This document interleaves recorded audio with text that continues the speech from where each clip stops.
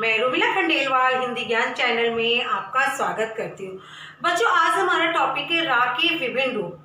ये आपके वर्ण विच्छेद में भी काम आते हैं और इसमें से आपके क्लास में एग्जाम में भी क्वेश्चन आते हैं। तो चलिए, आज मेरी ये वीडियो शुरू से आखिरी तक जरूर देखिएगा। और बच्चों, और मैं आपके लिए वीडियो बनाती है, सोचती हूँ नया नया टॉपिक लेके आऊँ, तो आप मेरी वीडियो को प्लीज लाइक तो करिए और मेरे उत्साह को बढ़ाइए।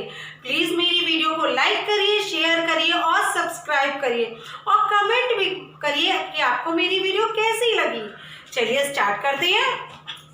रा के विभिन्न रूप। रा व्यंजन किसी स्वर के साथ मिलाकर बोला जाता है। जैसे आपका क्या है, रा तो ये रूप हो गया और कोई स्वर मिलाए हम तो बन गया रात, रोज, इस तरह। अब आपको ये समझ में आ गया होगा, रा व्यंजन किसी स्वर के साथ मिलाकर बोला जाता है। जैसे रात, रोशनी, रेखा, रौनक, रोज। और ऐसी अब आइए ऊपर लगने वाली मात्रा के रूप में, जो ऊपर लगती है ये भी रा होता है। तो ये ऊपर लगती है, इसको हम पढ़ते हैं। जब रा स्वर सहित रहता है तब वह आगे आने वाले वर्ण के ऊपर मात्रा के रूप में प्रयोग होता है। जैसे का आपका क्या है, स्वर है। अब ये रा क्या है, आधा है। आधा मतलब क्या है, इसमें हमारा ये तो व्यंजन है प्लस आ मिलके बनता है पूरा रा।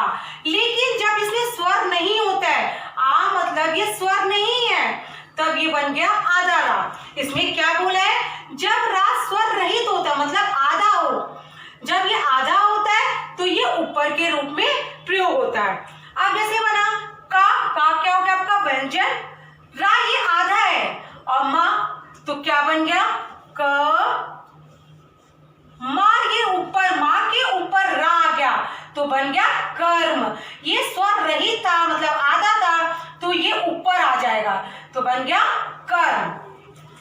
अब आपका क्या बना ध, ये क्या है आपका ध, रा आधा है, फिर उसके बाद कौन सा व्यंजन है माँ के ऊपर रा आ गया तो बन गया धर्म।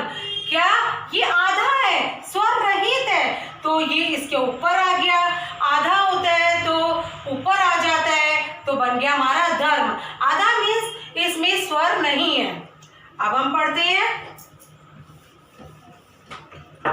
वर्ण के नीचे। आपने पढ़ा रा व्यंजन किसी स्वर के साथ मिलाकर बोला जाता है, फिर ऊपर लगने वाली मात्रा के रूप में। अब हम पढ़ते हैं वर्ण के नीचे मात्रा के रूप में।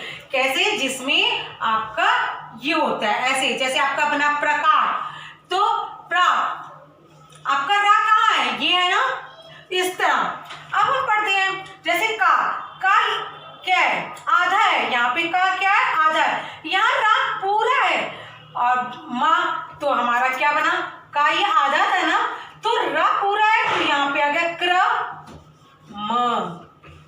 अब आपका बना पा आधा है, रा यहाँ पूरा है। यहाँ रा स्वर रहित व्यंजन के बाद आता है। क्या है, ये स्वर रहित व्यंजन के बाद आया है और ये रा पूरा है तो बना प्रा आड़, प्राण। जब किसी स्वर रहित व्यंजन के बाद रा हो तो वह उस व्यंजन के नीचे मात्रा के रूप में प्रयोग आता है। जब कोई भी किसी भी स्वर रहित मतलब इसमें आ नहीं है, स्वर मिक्स नहीं है, ये केवल व्यंजन है, ये आधा है। स्वर रहित व्यंजन के बाद क्या है, रा हो तो उस व्यंजन के नीचे ये मात्रा के रूप में आ जाता है। ये देखिए प्रा मात्रा के रूप में आ गया तो हमारा बन गया प्राण। ऐसे प्रकाश ये बन जाता है प्रेम। आप देखिए कर्म माँ के ऊपर रा है, ये स्वर रहित है और ये रा स्वर सहित है। ये देखिए आपका ये कर्म था, क्या था, ये माँ के नीचे जो ऊपर रा है ये स्वर रहित था और ये आपका क्रम बना, ये रा स्वर सहित है। स्वर इसमें रा में स्वर है और इसमें रा में आ नहीं है, स्वर नहीं है, तो आपको दोनों का डिफरेंस समझ में आ गए होंगे। इसमें स्वर होता है और इसमें स्वर नहीं होता है। व्यंजन स्वर के बिना हलंत लगाकर लिखे जाते हैं, जैसे टा, डा आदि।